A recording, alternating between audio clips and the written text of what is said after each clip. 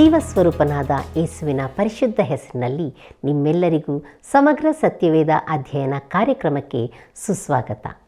ನಮ್ಮ ಕಳೆದ ಕಾರ್ಯಕ್ರಮದಲ್ಲಿ ಇಸ್ರಾಯೇಲ್ಯರ ವಿಮೋಚನಾ ಗೀತೆ ಹಾಗೂ ನೀರಿನ ಕೊರತೆಗಾಗಿ ಇಸ್ರಾಯೇಲ್ಯರ ಗುಣಗುಟ್ಟುವಿಕೆ ಎಂಬ 2 ಪ್ರಸ್ತಾಪಗಳನ್ನು ಅಧ್ಯಯನ ಮಾಡಿದೆವು.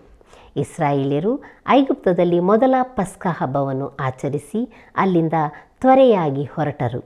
ಫರೋಹನು ಹಾಗೂ ಇಡೀ ಐಗುಪ್ತ್ಯರು ತಮ್ಮ ಚೊಚ್ಚಲು ಮಕ್ಕಳನ್ನು ಕಳೆದುಕೊಂಡು ಬಹು ದೊಡ್ಡ ಗೋಳಾಟದಲ್ಲಿದ್ದರೂ ಇಸ್ರಾಯೇಲ್ಯರನ್ನು ಪುನಃ ಹಿಡಿದು ತರುವ ಆಲೋಚನೆಯಲ್ಲಿ ಅವರನ್ನು ಹಿಂದಟ್ಟಿದರು. ಫರೋಹನ ಸೈನ್ಯ ಹಾಗೂ ಕೆಂಪು ಸಮುದ್ರಗಳೆರಡರ ನಡುವೆ ನಿಂತಿದ್ದ ಇಸ್ರಾಯೇಲ್ಯರನ್ನು ದೇವರು ಸಮುದ್ರವನ್ನು ವಿಭಾಗಿಸಿ ಒಣ ನೆಲದಲ್ಲಿ ನಡೆಸಿಕೊಂಡು ಹೋಗಿ ಅದನ್ನು ದಾಟಿಸಿದನು. ಫರೋಹನ ಸೈನ್ಯದವರಾದರೋ ಅವರನ್ನು ಹಿಡಿಯಲು ಮುನ್ನುಗ್ಗಿ ಸಮುದ್ರದಲ್ಲಿ ಸಂಪೂರ್ಣವಾಗಿ ನಾಶವಾದರು. ಆಗ ಇಸ್ರಾಯೇಲ್ಯರು ವಿಮೋಚನಾ ಗೀತೆಯನ್ನು ಹಾಡಿದರು. ಆದಾಗ್ಯೂ ಮುಂದೆ ನೀರಿಲ್ಲವೆಂದು ಗೊಣಗಿಕೊಂಡರು. ಬನ್ನಿ, ಈಗ ನಮ್ಮ ವಿಮೋಚಕನು ನಮಗೆ ಹೇಳುವುದನ್ನು ಕೇಳಿಸಿಕೊಳ್ಳೋಣ.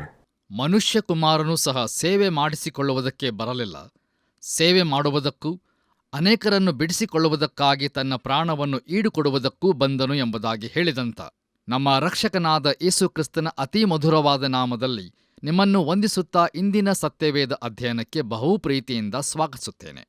ಕರ್ತನಲ್ಲಿ ಪ್ರಿಯರೇ, ಈ ದಿನಗಳಲ್ಲಿ ನಾವು ವಿಮೋಚನಕಾಂಡ ಪುಸ್ತಕದ ಧ್ಯಾನವನ್ನು ಮಾಡುತ್ತಾ ಇದ್ದೇವೆ.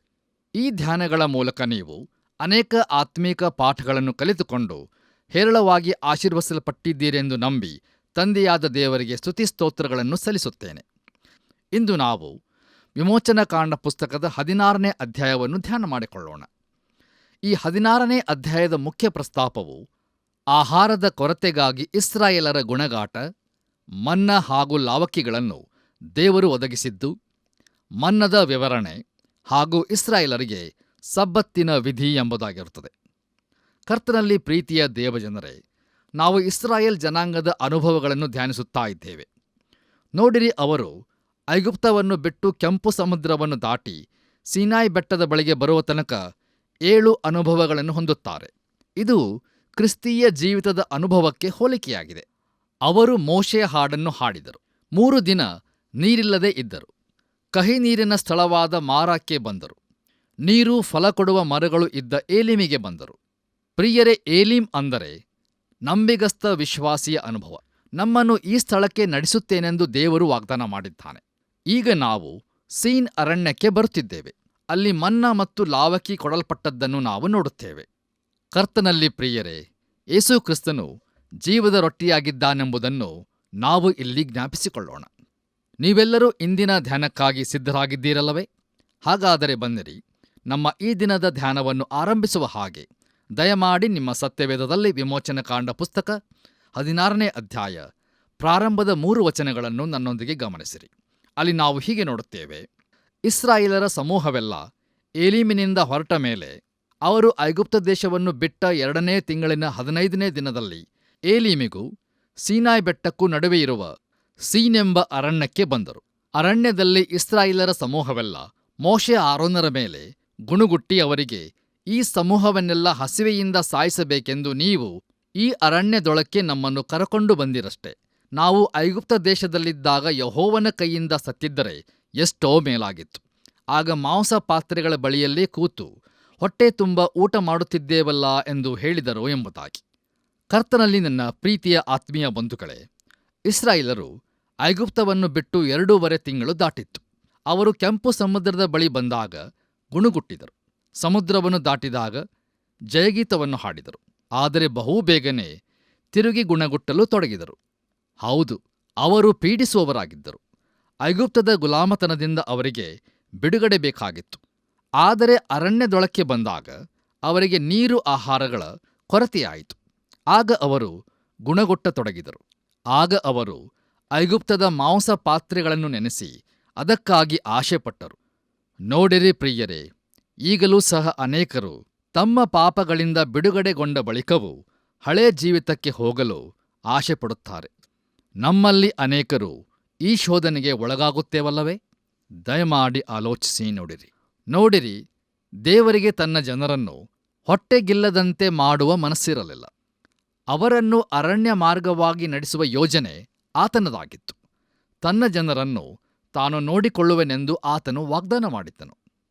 ನಮ್ಮ ಧ್ಯಾನವನ್ನು ಮುಂದುವರಿಸಿ ನಾವು ವಿಮೋಚನಕಾಂಡ ಪುಸ್ತಕ 16ನೇ ಅಧ್ಯಾಯ 4-7 ವಚನಗಳನ್ನು ಓದುವಾಗ ಅಲ್ಲಿ ಹೀಗೆ ನೋಡುತ್ತೇವೆ. ಆಗ ಯೆಹೋವನು ಮೋಶೆಗೆ, ಇಗೋ, ನಾನು ಆಕಾಶದಿಂದ ನಿಮಗೋಸ್ಕರ ಆಹಾರವನ್ನು ಸುರಿಸುವೆನು. ಈ ಜನರು ಪ್ರತಿದಿನವೂ ಹೊರಗೆ ಹೋಗಿ ಆಯಾ ದಿನಕ್ಕೆ ಬೇಕಾದಷ್ಟು ಮಾತ್ರ ಕೂಡಿಸಿಕೊಳ್ಳಬೇಕು. ಇದರಿಂದ ಇವರು ನನ್ನ ಬೋಧನೆಯನ್ನು ಅನುಸರಿಸಿ ನಡೆಯುವವರೋ ಅಲ್ಲವೋ ಎಂದು ಪರೀಕ್ಷಿಸಿ ತಿಳಿಯುತ್ತೇನೆ. 6ನೆಯ ದಿನದಲ್ಲಿ ಮಾತ್ರ ಅವರು ತಂದದ್ದನ್ನು ಸಿದ್ಧಪಡಿಸಿಕೊಳ್ಳುವಾಗ ಅದು ಪ್ರತಿದಿನ ಕೂಡಿಸಿಕೊಂಡದ್ದಕ್ಕಿಂತಲೂ 2ರಷ್ಟಾಗಿರುವುದು ಎಂದು ಹೇಳಿದನೋ ಎಂಬುದಾಗಿ. ಕರ್ತನಲ್ಲಿ ನನ್ನ ಪ್ರಿಯ ಆತ್ಮೀಯ ಸ್ನೇಹಿತರೆ, ಮೋಶೆ ಆರೋನರು ಜನಸಮೂಹವನ್ನು ಹೀಗೆ ಕೇಳಿದರು. ನೀವು ನಮ್ಮ ಮೇಲೆ ಗುಣಗುಟ್ಟುವುದೇಕೆ? ನಾವು ಮನುಷ್ಯ ಮಾತ್ರದವರು, ನಾವು ನಿಮಗೆ ಏನನ್ನೂ ಒದಗಿಸಲಾರೆವು. ದೇವರು ನಿಮ್ಮ ಗುಣಗುಟ್ಟುವಿಕೆಯನ್ನು ಕೇಳಿದ್ದಾನೆ, ನೀವು ಆತನ ಮಹಿಮೆಯನ್ನು ಕಾಣಲಿದ್ದೀರಿ. ಯಾಕೆಂದರೆ ಪ್ರಿಯರೇ, ಇಸ್ರಾಯೇಲರು ಗುಣಗುಟ್ಟಿದ್ದಾಗೆಲ್ಲ ದೇವರ ಮಹಿಮೆಯು ಕಂಡುಬಂದಿತ್ತು. ಇದರಿಂದ ದೇವರು ಗುಣಗುಟ್ಟುವಿಕೆ, ಪೀಡಿಸುವಿಕೆ, ದೂರು ಹೇಳುವುದನ್ನು ಸಹಿಸುವುದಿಲ್ಲವೆಂದು ತಿಳಿದು ಬರುತ್ತದೆ. ನೋಡಿರಿ, ಇಂದಿನ ಸಭೆಗಳಲ್ಲಿ ದೂರು ಹೇಳುವವರೇ ಹೆಚ್ಚಾಗಿರುತ್ತಾರೆ. ನಮ್ಮ ಧ್ಯಾನದಲ್ಲಿ ಮುಂದುವರೆದು ನಾವು ವಿಮೋಚನಕಾಂಡ ಪುಸ್ತಕ 16ನೇ ಅಧ್ಯಾಯ 8ನೇ ವಚನವನ್ನು ಓದುವಾಗ ಅಲ್ಲಿ ಹೀಗೆ ಬರೆದದೆ. ಮೋಶೆ, ಯೆಹೋವನು ಸಾಯಂಕಾಲದ ಹೊತ್ತಿನಲ್ಲಿ ನಿಮಗೆ ಮಾಂಸಾಹಾರವನ್ನು, ಹೊತ್ತಾರೆಯಲ್ಲಿ ಬೇಕಾದಷ್ಟು ರೊಟ್ಟಿಯನ್ನೂ ಕೊಡುವನು. ನೀವು ಗುಣುಗುಟ್ಟುವ ಮಾತುಗಳು ಯೆಹೋವನಿಗೆ ಕೇಳಿಸಿದವು. ಆ ಗುಣುಗುಟ್ಟುವಿಕೆಯು ಯೆಹೋವನಿಗೇ ಹೊರತು ನಮಗಲ್ಲ, ನಾವು ಎಷ್ಟು ಮಾತ್ರದವರು ಎಂದನು ಎಂಬುದಾಗಿ. ಕರ್ತನಲ್ಲಿ ನನ್ನ ಪ್ರಿಯ ಸಹೋದರ ಸಹೋದರಿಯರೇ, ಸಭೆಯಲ್ಲಿನ ಸಂಗತಿಗಳ ಕುರಿತಾಗಿ ಟೀಕಿಸುವಾಗ ನಾವು ಬಹು ಜಾಗೃತಿಯಾಗಿರಬೇಕು. ಕೆಲವೊಮ್ಮೆ ಬೋಧಕರಾದವರು ಕೂಡ ಗುಣಗುಟ್ಟುತ್ತಾರೆ. ಆದರೆ ಪ್ರಿಯರೇ, ನಾವು ದೇವರಿಗೆ ವಿರೋಧವಾಗಿ ಗುಣಗುಟ್ಟದಂತೆ ಎಚ್ಚರವಾಗಿರಬೇಕು. ಯಾಕೆಂದರೆ ದೇವರು ಅದನ್ನು ಮೆಚ್ಚುವುದಿಲ್ಲ. ನಮ್ಮ ಧ್ಯಾನದಲ್ಲಿ ಮುಂದುವರೆದು ನಾವು ವಿಮೋಚನಕಾಂಡ ಪುಸ್ತಕ 16ನೇ ಅಧ್ಯಾಯ 9-13 ವಚನಗಳನ್ನು ಓದುವಾಗ ಅಲ್ಲಿ ಹೀಗೆ ನೋಡುತ್ತೇವೆ. ಮತ್ತು ಮೋಶೆಯು ಆರೋನನಿಗೆ, ನೀನು ಇಸ್ರಾಯೇಲರ ಸಮೂಹದ ಬಳಿಗೆ ಹೋಗಿ ಅವರಿಗೆ, ಯೆಹೋವನು ನಿಮ್ಮ ಗುಣಗುಟ್ಟುವಿಕೆಯನ್ನು ಕೇಳಿದ್ದಾನಾದ್ದರಿಂದ ನೀವೆಲ್ಲರೂ ಆತನ ಸನ್ನಿಧಿಗೆ ಕೂಡಿ ಬರಬೇಕೆಂದು ಆಜ್ಞಾಪಿಸು ಎಂದು ಹೇಳಿದನು. ಆರೋನನು ಇಸ್ರಾಯೇಲರ ಸಮೂಹಕ್ಕೆಲ್ಲ ಈ ಮಾತುಗಳನ್ನು ತಿಳಿಸುತ್ತಿರುವಾಗ ಅವರು ಅರಣ್ಯದ ಕಡೆಗೆ ನೋಡಲಾಗಿ ಮೇಘದಲ್ಲಿ ಯೆಹೋವನ ತೇಜಸ್ಸು ಅವರಿಗೆ ಕಾಣಿಸಿತು. ಯೆಹೋವನು ಮೋಶೆಯ ಸಂಗಡ ಮಾತಾಡಿ ಹೇಳಿದ್ದೇನೆಂದರೆ, ಇಸ್ರಾಯೇಲರ ಗುಣಗುಟ್ಟುವಿಕೆಯು ನನಗೆ ಕೇಳಿಸಿತು. ನೀನು ಅವರಿಗೆ, ಸಾಯಂಕಾಲದಲ್ಲಿ ಮಾಂಸವನ್ನು, ಹೊತ್ತಾರೆಯಲ್ಲಿ ಬೇಕಾದಷ್ಟು ರೊಟ್ಟಿಯನ್ನು ತಿನ್ನುವಿರಿ. ಇದರಿಂದ ನಾನು ನಿಮ್ಮ ದೇವರಾದ ಯೆಹೋವನೆಂಬುದು ನಿಮಗೆ ಗೊತ್ತಾಗುವುದೆಂದು ಹೇಳಬೇಕು ಎಂಬುದೇ. ಸಾಯಂಕಾಲವಾಗುತ್ತಲೇ ಲಾವಕ್ಕಿಗಳು ಬಂದು ಅವರ ಪಾಳೆಯವನ್ನು ಮುಚ್ಚಿಕೊಂಡವು. ಅದಲ್ಲದೆ ಹೊತ್ತಾರೆಯಲ್ಲಿ ಮಂಜು ಪಾಳೆಯದ ಸುತ್ತಲೂ ಬಿದ್ದಿತು ಎಂಬುದಾಗಿ. ಕರ್ತನಲ್ಲಿ ಪ್ರಿಯರೇ, ಈ ವಾಕ್ಯ ಭಾಗದ ಮೂಲಕ ನಾವು ತಿಳಿದುಕೊಳ್ಳುವುದೇನೆಂದರೆ, ಇಸ್ರಾಯೇಲರು ಪ್ರತಿದಿನಕ್ಕೆ ಬೇಕಾದಷ್ಟು ಮನ್ನವನ್ನು ಮಾತ್ರ ಕೂಡಿಸಬೇಕಾಗಿತ್ತು ಎಂಬುದಾಗಿ. ಮುಂದುವರೆದು ನಾವು ವಿಮೋಚನಕಾಂಡ ಪುಸ್ತಕ 16ನೇ ಅಧ್ಯಾಯ 17 ಮತ್ತು 18ನೇ ವಚನಗಳನ್ನು ಓದುವಾಗ ಅಲ್ಲಿ ಹೀಗೆ ನೋಡುತ್ತೇವೆ. ಇಸ್ರಾಯೇಲರು ಹಾಗೆಯೇ ಮಾಡಿ ಕೆಲವರು ಹೆಚ್ಚಾಗಿ ಕೆಲವರು ಕಡಿಮೆಯಾಗಿ ಕೂಡಿಸಿಕೊಂಡು ಗೋಮೇರಿನಿಂದ ಅಳತೆ ಮಾಡಿದರು. ಬಹಳ ಕೂಡಿಸಿದವನಿಗೆ ಏನೂ ಹೆಚ್ಚಾಗಲಿಲ್ಲ, ಸ್ವಲ್ಪವಾಗಿ ಕೂಡಿಸಿದವನಿಗೆ ಏನೂ ಕಡಿಮೆಯಾಗಲಿಲ್ಲ. ಪ್ರತಿಯೊಬ್ಬನೂ ತನ್ನ ಭೋಜನಕ್ಕೆ ಸರಿಯಾಗಿಯೇ ಕೂಡಿಸಿಕೊಂಡಿದ್ದನೋ ಎಂಬುದಾಗಿ. ಕರ್ತನಲ್ಲಿ ಪ್ರೀತಿಯ ದೇವಜನರೇ, ಇದನ್ನು ಮತ್ತೊಂದು ರೀತಿಯಲ್ಲಿ ಹೇಳಬೇಕಾದರೆ ಅದು ಹೀಗಿರುತ್ತದೆ. ಹೊಟ್ಟೆಬಾಕನಿಗೆ ಅವನಿಗೆ ಬೇಕಾದದ್ದಕ್ಕಿಂತ ಹೆಚ್ಚೇನೂ ದೊರಕಲಿಲ್ಲ ಎಂಬುದಾಗಿ. ಬಂದಿರಿ ಪ್ರಿಯರೇ, ನಮ್ಮ ಧ್ಯಾನದಲ್ಲಿ ಮುಂದುವರೆದು ನಾವು ವಿಮೋಚನಕಾಂಡ ಪುಸ್ತಕ 16ನೇ ಅಧ್ಯಾಯ 19-21 ವಚನಗಳನ್ನು ಓದುವಾಗ ಅಲ್ಲಿ ಹೀಗೆ ಬರೆದದೆ. ಅದಲ್ಲದೆ ಮೋಶೆ ಅವರಿಗೆ, ಯಾರೂ ಇದನ್ನು ಮಾರನೇ ದಿನದ ತನಕ ಇಟ್ಟುಕೊಳ್ಳಕೂಡದು ಎಂದು ಹೇಳಿದನು. ಆದಾಗ್ಯೂ ಅವರಲ್ಲಿ ಕೆಲವರು ಮೋಶೆಯ ಮಾತನ್ನು ಕೇಳದೆ ಅದರಲ್ಲಿ ಸ್ವಲ್ಪವನ್ನು ಮರುದಿವಸದ ತನಕ ಇಟ್ಟುಕೊಂಡಾಗ ಅದು ಹುಳ ಬಿದ್ದು ನಾತ ಹಿಡಿದು ಕೆಟ್ಟುಹೋಯಿತು. ಅದಕ್ಕೆ ಮೋಶೆ ಅವರ ಮೇಲೆ ಸಿಟ್ಟುಗೊಂಡನು. ಜನರು ದಿನದಿನಕ್ಕೆ ಹೊತ್ತಾರೆಯಲ್ಲಿ ತಮ್ಮ ತಮ್ಮ ಭೋಜನಕ್ಕೆ ತಕ್ಕಷ್ಟು ಕೂಡಿಸಿಕೊಂಡರು. ಬಿಸಿಲು ಹೆಚ್ಚಾದಾಗ ಅದು ಕರಗಿ ಹೋಯಿತು ಎಂಬುದಾಗಿ. ಕರ್ತನಲ್ಲಿ ನನ್ನ ಪ್ರಿಯ ಆತ್ಮೀಯ ಬಂಧುಗಳೇ, ಮನ್ನವನ್ನು ಪ್ರತಿದಿನ ಕೂಡಿಸಿಕೊಳ್ಳಬೇಕಾಗಿತ್ತು. ಪ್ರತಿಯೊಬ್ಬನೂ ಕೂಡಿಸಬೇಕಾಗಿತ್ತು. ನೋಡಿರಿ, ಇದು ಒಂದು ವೈಯಕ್ತಿಕ ಅನುಭವವಾಗಿತ್ತು. ಮನ್ನವು ಜೀವದ ರೊಟ್ಟಿಯಾಗಿರುವ ಯೇಸು ಕ್ರಿಸ್ತನಿಗೆ ಸೂಚಕವಾಗಿದೆ. ಯೋಹಾನನು ಬರೆದ ಸುವಾರ್ತೆ 6ನೇ ಅಧ್ಯಾಯ 32-35 ವಚನಗಳಲ್ಲಿ ನಾವು ಹೀಗೆ ನೋಡುತ್ತೇವೆ.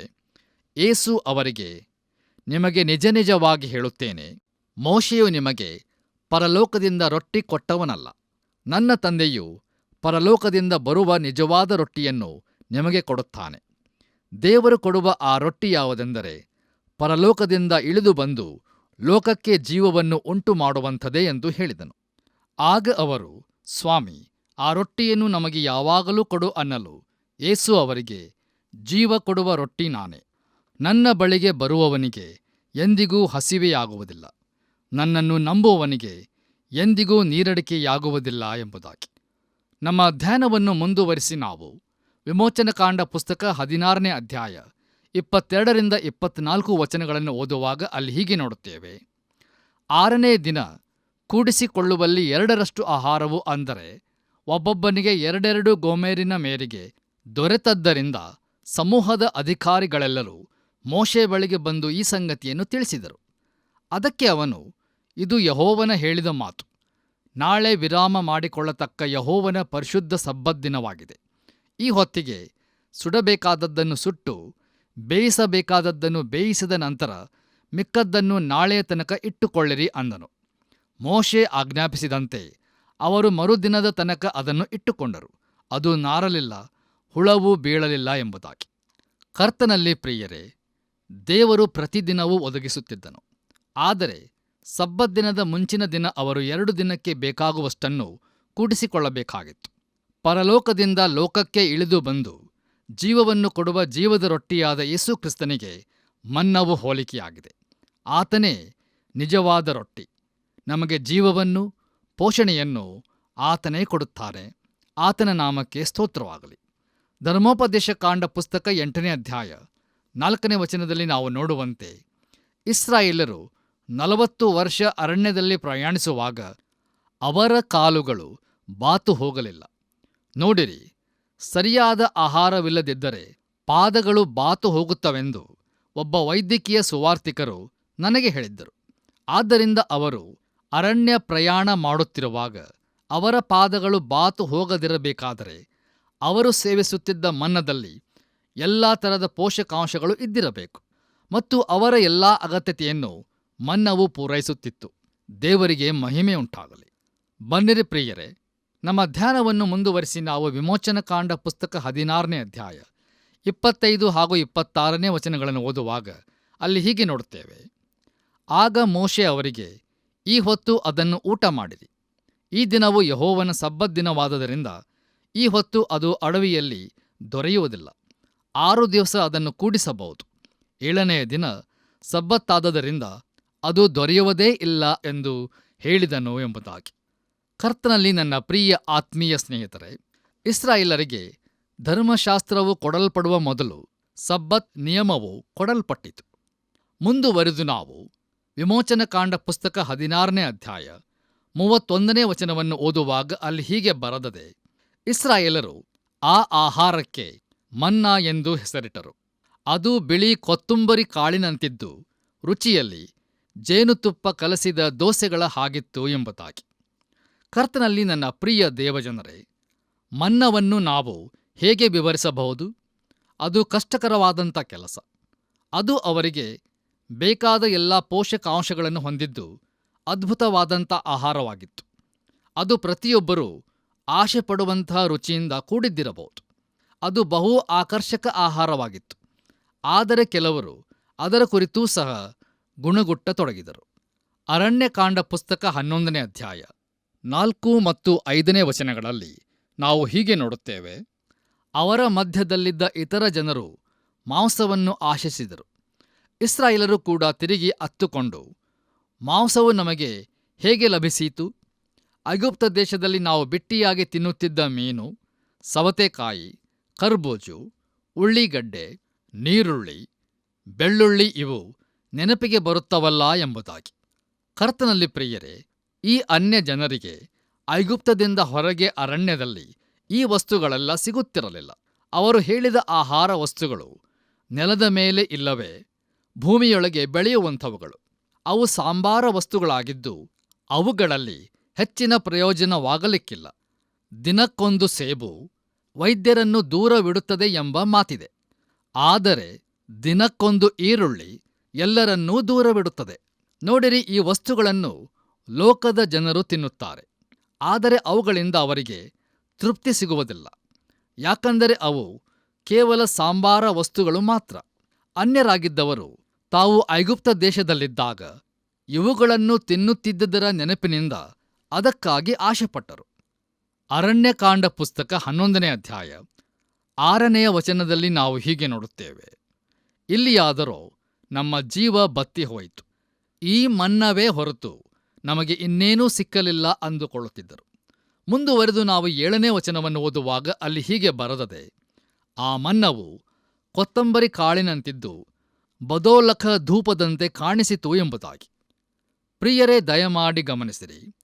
ನಾನು ನೀಡುವ ಈ ಒಳ್ಳೆಯ ರುಚಿಕರವಾದ ಹಾಗೂ ಪೌಷ್ಟಿಕವಾದ ಆಹಾರವನ್ನು ಈ ಜನರು ಅಸಹ್ಯಪಡುತ್ತಾರಲ್ಲ ಎಂದು ದೇವರು ನೆನೆಸಿರಬಹುದು. ನೋಡಿರಿ, ಮನ್ನವು ನಿಸ್ಸಾರವಾದ ಆಹಾರವಾಗಿರಲಿಲ್ಲ, ಆದರೆ ಅನ್ಯ ಜನರಿಗೆ ಅದು ಇಷ್ಟವಾಗಲಿಲ್ಲ. ಮುಂದುವರೆದು ನಾವು ಅರಣ್ಯಕಾಂಡ ಪುಸ್ತಕ 11ನೇ ಅಧ್ಯಾಯ 8ನೇ ವಚನದಲ್ಲಿ ಹೀಗೆ ನೋಡುತ್ತೇವೆ.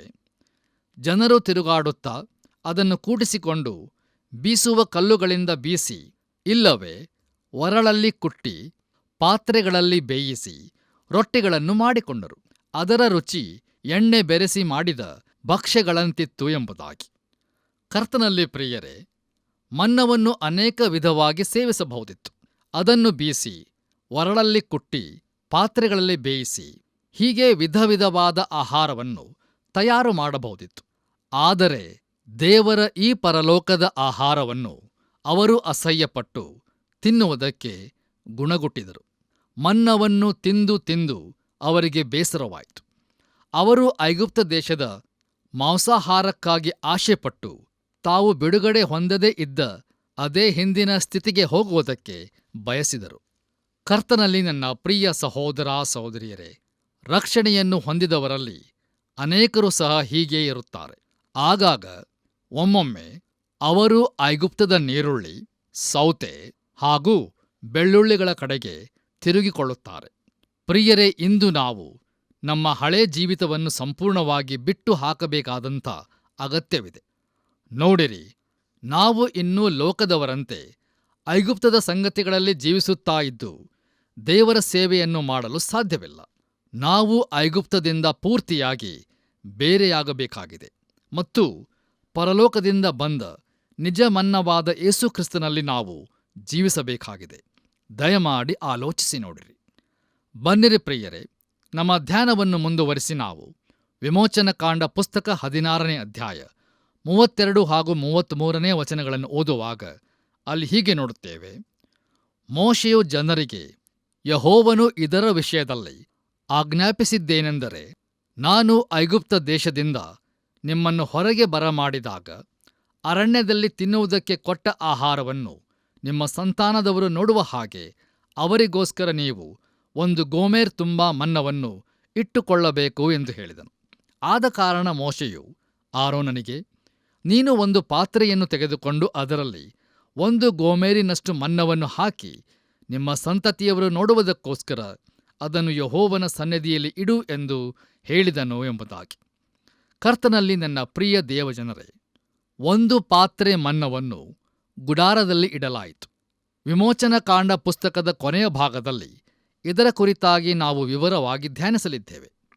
ನೋಡಿರಿ, ಗುಡಾರದಲ್ಲಿ 3 ವಸ್ತುಗಳನ್ನು ಇಡಲಾಗಿತ್ತು. ಮೊದಲನೆಯದಾಗಿ ಚಿಗುರಿದ ಆರೋನನ ಕೋಲು, ಎರಡನೆಯದಾಗಿ ಮನ್ನ ತುಂಬಿದ ಪಾತ್ರೆ ಹಾಗೂ ಮೂರನೆಯದಾಗಿ ದಶಾಜ್ಞೆಗಳ ಹಲಿಗೆಗಳು. ಕರ್ತನಲ್ಲಿ ಪ್ರಿಯರೇ, ಧರ್ಮಶಾಸ್ತ್ರವು ಯೇಸು ಕ್ರಿಸ್ತನಿಂದಲೇ ಬಂದಿತೆಂದು ಸೂಚನೆಯಾಗಿದೆ. ಆತನು ನಮಗಾಗಿ ಅದನ್ನು ನೆರವೇರಿಸಿದನು. ಮನ್ನವು ಯೇಸು ಕ್ರಿಸ್ತನು ನಮಗಾಗಿ ಸತ್ತದ್ದನ್ನು ಸೂಚಿಸುತ್ತದೆ ಮತ್ತು ನಮಗೆ ಆತ್ಮೀಕ ಆಹಾರವಾಗಿ ಆತನು ಕೊಡಲ್ಪಟ್ಟಿದ್ದಾನೆ. ಚಿಗುರಿದ ಆರೋನನ ಕೋಲು ಯೇಸು ಕ್ರಿಸ್ತನ ಪುನರುತ್ಥಾನದ ಸೂಚಕವಾಗಿದೆ. ನೋಡಿರಿ, ಕೃಪಾಸನವು ಮಂಜೂಷದ ಮೇಲೆ ಮುಚ್ಚಳದಂತಿತ್ತು. ಕರ್ತನಲ್ಲಿ ಪ್ರಿಯರೇ, ದೇವರ ನೀತಿಯನ್ನು ಯೇಸು ಕ್ರಿಸ್ತನು ಮಾತ್ರವೇ ಪೂರೈಸಬಲ್ಲವನಾಗಿದ್ದನು. ಆತನು ಮಾತ್ರ ರಕ್ಷಿಸಬಲ್ಲನು. ಆತನು ತನ್ನ ಸ್ವಂತ ರಕ್ತವನ್ನು ಸುರಿಸಿದ್ದರಿಂದ ಆತನು ನಮ್ಮನ್ನು ರಕ್ಷಿಸಬಲ್ಲವನಾಗಿದ್ದಾನೆ. ಈ ಕಾರಣದಿಂದಲೇ ದೇವರು ಪಾಪಿಯ ಕಡೆಗೆ ಕರುಣೆ ತೋರಿಸಬಹುದಾಗಿದೆ. ಬನ್ನಿರಿ ಪ್ರಿಯರೇ, ನಮ್ಮ ಇಂದಿನ ಧ್ಯಾನವನ್ನು ಮುಕ್ತಾಯಗೊಳಿಸುವ ಹಾಗೆ ವಿಮೋಚನಕಾಂಡ ಪುಸ್ತಕ 16ನೇ ಅಧ್ಯಾಯ 35 ಹಾಗೂ 36ನೇ ವಚನಗಳನ್ನು ಓದುವಾಗ ಅಲ್ಲಿ ಹೀಗೆ ನೋಡುತ್ತೇವೆ. ಇಸ್ರಾಯೇಲರು ಜನವಾಸವಿರುವ ಪ್ರದೇಶಕ್ಕೆ ಬರುವ ತನಕ, ಅಂದರೆ ಕಾನಾನ್ ದೇಶದ ಮೇರೆಯನ್ನು ಸೇರುವ ತನಕ 40 ವರ್ಷ ಮನ್ನವನ್ನೇ ಊಟ ಮಾಡುತ್ತಿದ್ದರು. ಗೋಮೆರ್ ಎಂಬುದು ಏಫಾದಲ್ಲಿ 10ನೇ ಒಂದು ಪಾಲು ಹಿಡಿಯುವುದು ಎಂಬುದಾಗಿ. ಕರ್ತನಲ್ಲಿ ನನ್ನ ಪ್ರಿಯ ಸಹೋದರ ಸಹೋದರಿಯರೇ, ಇಸ್ರಾಯೇಲರು 40 ವರ್ಷಗಳವರೆಗೆ ಮನ್ನವನ್ನೇ ತಿಂದರು. ದಿನಂಪ್ರತಿ ಅವರು ಎಷ್ಟು ಕೂಡಿಸಬೇಕಾಗಿತ್ತೆಂದು ಬರೆದಿದೆ. ಅವರು ವಾಗ್ದಾನದ ದೇಶದೊಳಕ್ಕೆ ಬಂದಾಗ ಮನ್ನವು ನಿಂತಿತು. ಅವರು ಪುನಃ ಆ ದೇಶದ ಜನಗಳ ಆಹಾರವನ್ನೇ ತಿಂದರು. ಪುನಃ ಆ ಧಾನ್ಯಗಳ ಕುರಿತಾಗಿಯೂ ಗುಣಗುಟ್ಟತೊಡಗಿದರು. ಈಗ ಅವರಿಗೆ ಹಿಂದಿನ ಮನ್ನವೇ ರುಚಿಯೆಂದು ಕಂಡಿತು. ಕರ್ತನಲ್ಲಿ ಪ್ರಿಯರೇ, ಅನೇಕ ವಿಶ್ವಾಸಿಗಳು ತಮ್ಮ ಅನುಭವಗಳ ಆಧಾರದಲ್ಲಿಯೇ ಜೀವಿಸುವವರಾಗಿರುತ್ತಾರೆ. ಅವರು ಸಾಕ್ಷಿ ನುಡಿಯುವಾಗ ತಮ್ಮ ಅನುಭವಗಳ ಆಧಾರದಲ್ಲಿಯೇ ಮಾತನಾಡುತ್ತಾರೆ. ಆದರೆ ಅವರಿಗೆ ಸತ್ಯವೇದಾಧ್ಯಯನ ಇಷ್ಟವಿಲ್ಲ. ಅದು ಅವರಿಗೆ ಹಳೇ ಧಾನ್ಯದಂತಿರುತ್ತದೆ. ನೋಡಿರಿ, ನಾವು ದೇವರ ವಾಕ್ಯವೆಂಬ ಆಹಾರದಲ್ಲಿ ಬೆಳೆಯಬೇಕೆಂದು ಕರ್ತನು ಅಪೇಕ್ಷಿಸುತ್ತಾನೆ. ಪ್ರಿಯರೇ, ಒಂದು ವೇಳೆ ನಿಮಗೆ ಈ ಮನ್ನದ ರುಚಿ ಇನ್ನೂ ತಿಳಿದಿಲ್ಲವಾದರೆ ಈಗಲೇ ಯೇಸು ಕ್ರಿಸ್ತನ ಬಳಿಗೆ ಬಂದು ಅದನ್ನು ರುಚಿಸಿ ನೋಡಿರಿ. ಕೀರ್ತನೆಗಳ ಪುಸ್ತಕ 34ನೇ ಅಧ್ಯಾಯ 8ನೇ ವಚನದಲ್ಲಿ ನಾವು ಹೀಗೆ ನೋಡುತ್ತೇವೆ. ಯೆಹೋವನು ಸರ್ವೋತ್ತಮನೆಂದು ಅನುಭವದಿಂದ ತಿಳಿದುಕೊಳ್ಳಿರಿ ಎಂಬುದಾಗಿ. ಯೋಹಾನನು ಬರೆದ ಸುವಾರ್ತೆ 6ನೇ ಅಧ್ಯಾಯ 51ನೇ ವಚನದಲ್ಲಿ ಯೇಸು ಕ್ರಿಸ್ತನು ತಾನೇ ಹೀಗೆ ಹೇಳಿದ್ದಾನೆ: ಪರಲೋಕದಿಂದ ಇಳಿದು ಬರುವ ಜೀವವುಳ್ಳ ರೊಟ್ಟಿಯೂ ನಾನೇ. ಈ ರೊಟ್ಟಿಯನ್ನು ಯಾವನಾದರೂ ತಿಂದರೆ ಅವನು ಸದಾಕಾಲ ಬದುಕುವನು, ಮತ್ತು ನಾನು ಕೊಡುವ ರೊಟ್ಟಿ ನನ್ನ ಮಾಂಸವೇ, ಅದನ್ನು ಲೋಕದ ಜೀವಕ್ಕೋಸ್ಕರ ಕೊಡುವೆನು ಎಂದು ಹೇಳಿದನು ಎಂಬುದಾಗಿ. ದೇವರಿಗೆ ಮಹಿಮೆಯುಂಟಾಗಲಿ. ಇಲ್ಲಿಗೆ ಪ್ರಿಯರೇ, ಇಂದಿನ ವಾಕ್ಯ ಧ್ಯಾನವು ಮುಕ್ತಾಯವಾಯಿತು. ದೇವರು ತಾನೇ ನಿಮ್ಮೆಲ್ಲರಿಗೂ ಸಹಾಯ ಮಾಡಲಿ ಮತ್ತು ನಮ್ಮ ಕರ್ತನಾದ ಯೇಸು ಕ್ರಿಸ್ತನ ಕೃಪೆಯು ಸದಾ ನಿಮ್ಮೊಂದಿಗಿರಲಿ. ಆಮೆನ್. ಪ್ರೀತಿಯ ದೇವಜನರೇ, ಇದುವರೆಗೆ ದೇವರ ವಾಕ್ಯವನ್ನು ಧ್ಯಾನಿಸಿದೆವು.